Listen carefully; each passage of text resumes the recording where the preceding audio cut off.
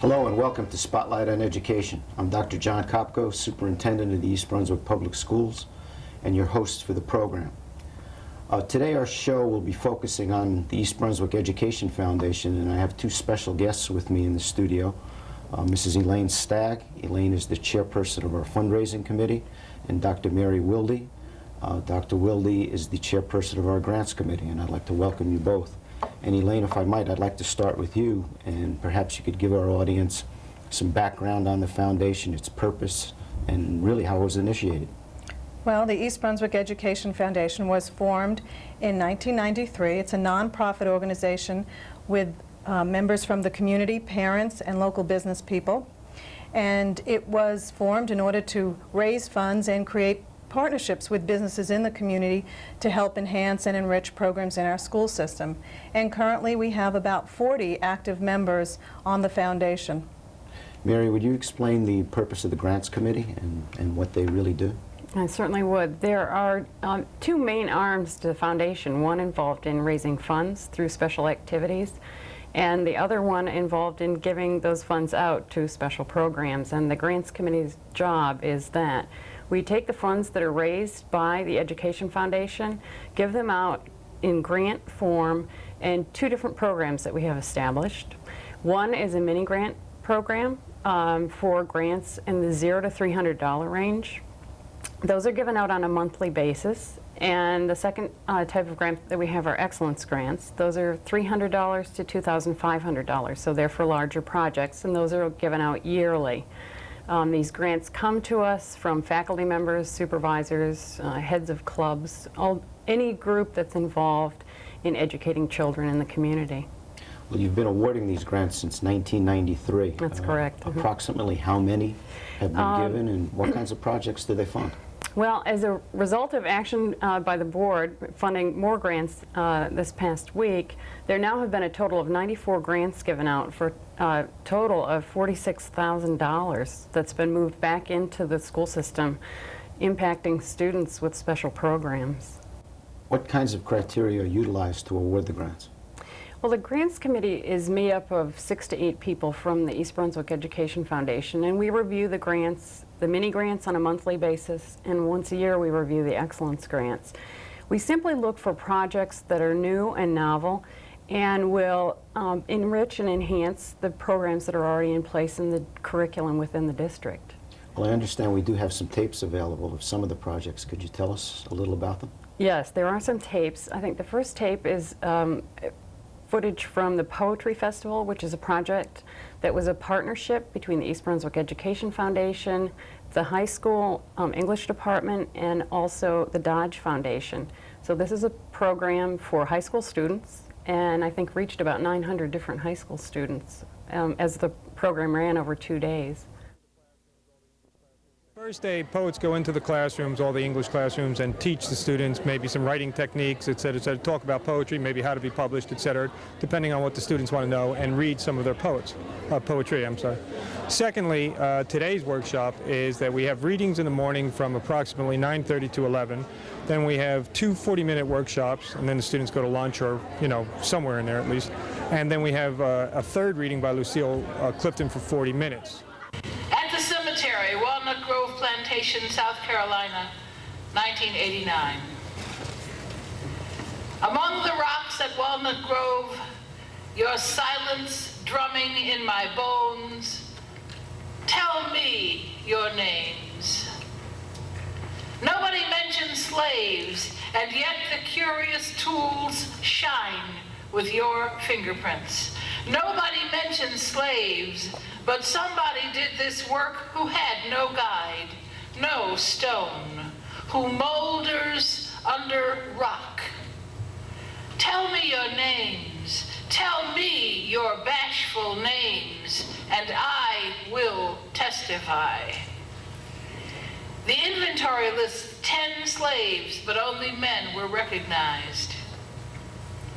Among the rocks at Walnut Grove, some of these honored dead were dark, some of these dark were slaves, some of these slaves were women, some of them did this honored work. Tell me your names, foremothers, brothers. your dishonored names. Here lies, here lies, here lies, here lies, here. The poem about my hands. I was born with 12 fingers, like my mother and my daughter.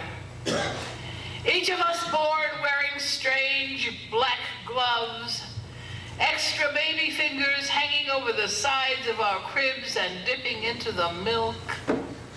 Somebody was afraid we would learn to cast spells and our wonders were cut off, but they didn't understand the powerful memory of ghosts. Now we take what we want with invisible fingers, and we connect my dead mother, my live daughter, and me through our terrible, shadowy hands. Lucille is pretty much your featured poet today. Who are some of the other poets that are here today? Okay, well, obviously Lucille is a pretty well-known poet, but Maria Gillam is nationally known. Jack Wilde is very famous. Nzadi Keita, Kurt Lampkin, Peter Murphy, who was just in the New York Times on Saturday, and Chris Parker, and I'm going to forget Renee Ashley, etc. But also John Pember is here, who was a former teacher at East Brunswick and is a very fine poet in its own right. So it was really, I think, an honor for us to have him back, and it was really nice that we could. I was talking to Mr. Stephen Show yesterday, a good friend of mine, and he was telling me that he had been in Vermont recently. He attended the funeral of an uncle who had died the previous winter. And if that sounds odd to you, it's not, because they're unable to bury people in the North Country during the winter because the ground is hard and it's covered usually with a couple feet of snow. And coincidentally, I had written this poem, which was about my grandparents' funeral. They both died during the same winter, and I attended a double funeral one April. It's called Winter's Harvest. Spring in the north is a time for planting those who hadn't had the foresight to die when the ground was soft. And so, it could be worse, got to spend the cold months with neighbors more compatible than most. Those who gave it up in late November are slotted in the mausoleum first to wait the April thaw, when they will be buried with a winter's worth of others. It seems a fast crop. Dig holes for those who waited, and instantly flowers cover the fresh-tilled plot. You'd think the 8 poets from the Dodge Foundation also went into the classrooms to conduct reading and writing workshops with the students. For a very long time, I tried to imitate the poets whose work I read and loved. So when I was reading Eleanor Wiley, I would try to be Eleanor Wiley, although I didn't know that I was doing that, but I was imitating the poets that I was reading, and I always read a lot of poetry. So what would happen is I'd go through a period where I'd be writing like a particular person, and then it took me a very long time because what I was doing was really imitating other people and I wasn't aware that that's what I was doing, and I was trying to write the way, I was going for a doctorate in literature, and I was trying to write the way I thought a poet should write. What I'd like you to do is to write in a way that you just let the writing flow, whatever form it takes. If it takes the form of a paragraph or several paragraphs, that's fine. If it takes the form of a poem, fine. You can go back later and deal with technique. This is really about getting rid of the thinking part of yourself and going to the instinctive part of yourself. And now we'll see a Civil War reenactment that was presented to 8th grade social studies students.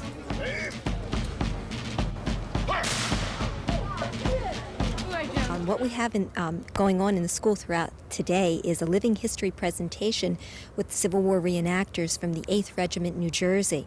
During the course of this year, we've taught New Jersey history throughout our curriculum, and I thought it would be very appropriate to end our year, especially in teaching the Civil War, to have this New Jersey regiment come into our school and reenact and tell them about how an average Union soldier would in fact live from New Jersey during the Civil War. I applied for a grant from the East Brunswick Education Foundation because I thought this would be very worthwhile for all 8th graders to see, and they were gracious enough to give me this grant, and that's what we are witnessing today. We represent an actual regiment that was raised from the state of New Jersey and incidentally partially from Pennsylvania and New York that fought in the Eastern Theater. So we're talking battles like Gettysburg, Second Bull Run, Petersburg, all the major battles of the Eastern Theater. And it was in the top 300 of the fighting regiments of the Civil War, so it really kicked butt. The New Jersey is the regiment I'm talking about. It was a volunteer infantry regiment composed of civilian volunteers, people who had never seen combat, never fired a musket, never trained unless they were part of a militia unit, which essentially was glorified reserves like what we have now. And they came from the towns, they came from the cities, and for the first time they were going to places they had never seen before. They were venturing out into countryside that was well beyond their comprehension. Most of these guys had never seen more than 10 to 15 miles outside their own home. And all of a sudden we're being thrust together in these huge camps and masses of men, 3 or 4 guys to a tent in huge cities. And a lot of things that's going to affect that is the way disease affected their camps, the way they perceived how what their role was, the weapons and the style of fighting that were used. The belt is essentially a sword belt to carry this sword, which did not get much use in combat because of the fire rate of the muskets that we're going to show you in a little bit. This was more often used to just show that I'm an officer and to point in which direction I want the troops to go. That's all it was used for. Very rarely did this actually see any slashing and hacking. The other sidearm that I carry is the primary officer's weapon. This is a Colt 36 caliber revolver, the predecessor of the Old West Colt 45. It's a Navy revolver and was one of the popular revolvers that the officers and sergeants carried. It was a double action revolver, which means I had to actually crank the thing and fire it each time instead of just pulling the trigger. What you see Private Priscilli wearing here, which is a bedroll or a blanket roll. His blanket and his rubber blanket are covered up in this roll here, and everything that's most important to him is stuffed inside. And this, essentially, from 1862 on to the end of the war, was how the soldier marched off into combat, carrying everything he wanted with him. His tenting, his sleeping gear, and more often than not, he didn't have a tent. He slept on the ground with those blankets in any kind of weather. The rain you saw out there was nice compared to some of what the soldiers had to deal with, laying in a couple inches of mud and running water. One thing that guy doesn't have that this one has is a breastplate. He doesn't have it because he's doing a late war impression. This one's doing an early war one. They were issued these, and they were designed to lay over and protect the heart from a musket ball being fired at it. But being only brass with a little bit of lead behind it, more often than not, if you go to a museum like at Gettysburg or something like that, you'll see a lot of those with big holes in the center. Because when they were new and polished, like this one is, the Confederates were using them as targets, and it was a great bullseye right to the heart.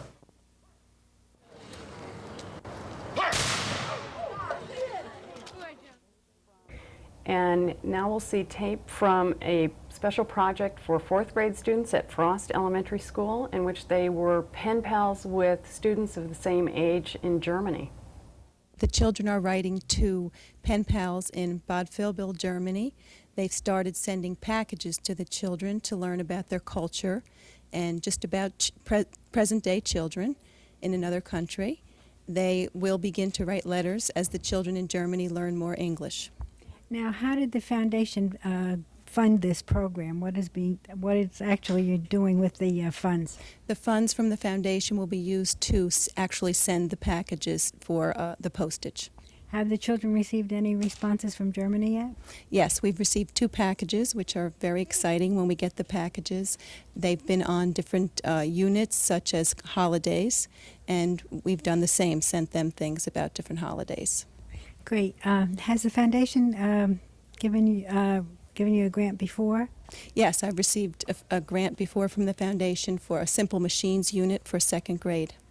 Now, do you think these grants are helpful to teachers? Oh, the grants are wonderful because you can enrich the classes, the curriculum, using the money from the grant. Soccer is is a sport we like to play? Jump rope. Jump rope is when we jump over a rope. Football. We play football on a football field. And finally, we'll see the Native American presentation given to 3rd, 4th, and 5th graders at Lawrence Brook Elementary School. This was an afternoon session. There was an earlier morning session in which all 5th graders throughout the district were able to see this program presented at the high school.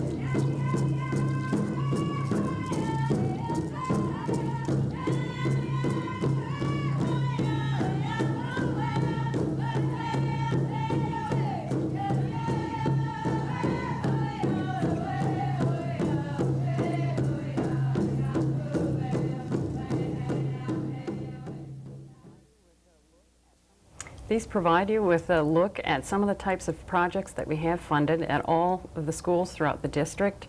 Remember, I told you there were 94 different grants funded, so this gives you a sense for the type of special projects that we look for. And we hope that through these grant programs, we can continue within the district to provide special programs that enhance and enrich. We've had grants awarded to every single one of the schools in the district. That's exactly right. Since 1993, which I think is really terrific. And looking at the tapes, it's just so gratifying to see so many students benefiting from the work of the foundation. Now, Elaine, we're going to go to you. You head the fundraising efforts of this organization, and you're the person responsible for raising the monies that take care of these programs. How do you go about that? Well, the Education Foundation has several fundraising events throughout the year.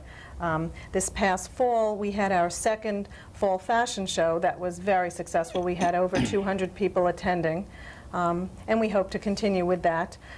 We also, for the second year in a row, participated in the J.C. Penney Charity Day event, and we raised a good amount of money through that event. The foundation works with the New Jersey Dance Ensemble to bring the Nutcracker to the high school, and we did that early December this year for 2 performances.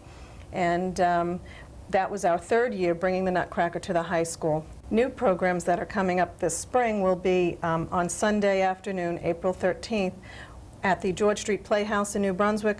We're going to be hosting the performance of Huck Finn, and there'll be a luncheon. So it'll be a great afternoon event, luncheon, and then the theater at 2 o'clock. It should be a wonderful event, and we thank George Street for participating with us. And also the New Jersey Dance Ensemble will be back in the spring on Saturday, May 10th to the high school with a few new dance performances and featuring Peter and the Wolf, and hopefully everyone will be on the lookout for information about that event. And of course, all through the year with our Present with a Future program. That's a donation to the Education Foundation where we honor teachers or other individuals in the school system or outside the school system.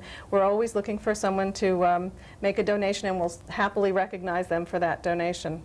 Those donations are tax deductible. They're all tax deductible, right. They're all tax deductible. What is the next major fundraising event that the foundation is planning?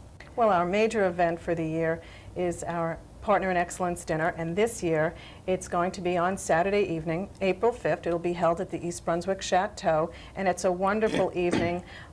Cocktails, dinner, and dancing this year, of course, with the East Brunswick Jazz Band and a DJ this year.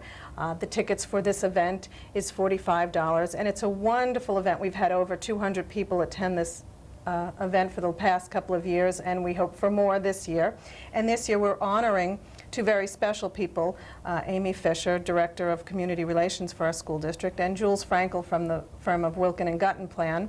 And the monies raised for our foundation through the Ad Journal, which we hope will be a terrific success this year, where companies and businesses throughout the area have been sending in money for ads for that Ad Journal, and that's a big fundraiser, and we're hoping that we have a wonderful evening and we raise lots of money, and anybody who's interested can certainly contact us at the East Brunswick Education Foundation at 254-EBEF. Well, on behalf of all of our students here in East Brunswick, I certainly would like to thank both of you for the leadership that you've provided in terms of really making the foundation work. And I'd also like to thank all of the foundation members because without them we wouldn't have been able to enhance the education for the students that we have here in East Brunswick. And I think an organization such as the foundation is what makes the school district so special, with people working cooperatively together. And I'd like to encourage everyone in our audience to support the foundation and to support their efforts. And I'd also like to thank you for watching, and hope you'll be back with us again next month, when my guest will be Robert Jandernall, who's the principal of Churchill Junior High School. Churchill Junior High School, as you probably know, has been named a National School of Excellence, Blue Ribbon School, and Mr. Jandernall will be taking us on a tour of that school.